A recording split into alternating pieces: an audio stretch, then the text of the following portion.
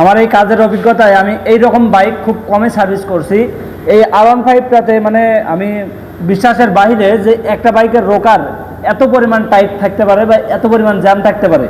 একটা স্পোর্টস বাইকের ইঞ্জিনের রোকার যদি এরকম টাইট হয় তাহলে সেই বাইকটাকে টানবে সম্ভব? আপনাদেরকে আমি সরাসরি স্বচক্ষে দেখাচ্ছি। এটা আমি মাত্র খুললাম, তো খোলার পরে মনে করলাম এটা একটু চেক করাই দেখি আমি যে এটার রোকারগুলোর কী অবস্থায় আছে। বাইকটা টানতে ছিল না, তো মনে করলাম একটু চেক করে দেখি। তো এটা খোলার পরে আমি নিজেই মানে কি বলবো, নিজে আমার জ্ঞান হারাই গেছে এক কথায়, যে এটা এত পরিমাণ টাইট হতে পারে কেমনে সম্ভব। আপনাদেরকে আমি দেখাই, এখানে নিয়ে আসেন, ক্যামেরাটা নিয়ে আসেন।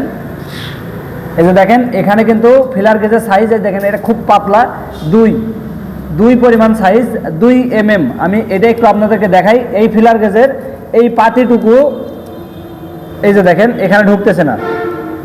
তাহলে এটা এত পরিমাণ যদি টাইট হয়, আর যে কাজ করছিল সে কি মিস্ত্রি নাকি, মানে এটা বলার ভাষা নেই আমার। সে কি মিস্ত্রি, অরিজিনাল মিস্ত্রি? এরকম কেমনে সম্ভব? এই দেখেন এই এই যে লেখা আছে এখানে, এই যে দেখেন 2 লেখা আছে।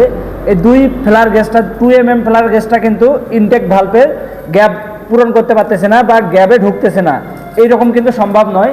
এটা মিনিমাম 12 mm থাকতে হবে। যদি 12 mm না থাকে তাহলে কিন্তু বাইকটা টানবে না। এই জন্য সব জায়গায় বাইক সার্ভিস করাইতে হয় না, ভালো জায়গা থেকে সার্ভিস করাবেন। মানে আমি কথায় কথায় বলি যে ভালো জায়গা থেকে সার্ভিস করাইতে হবে।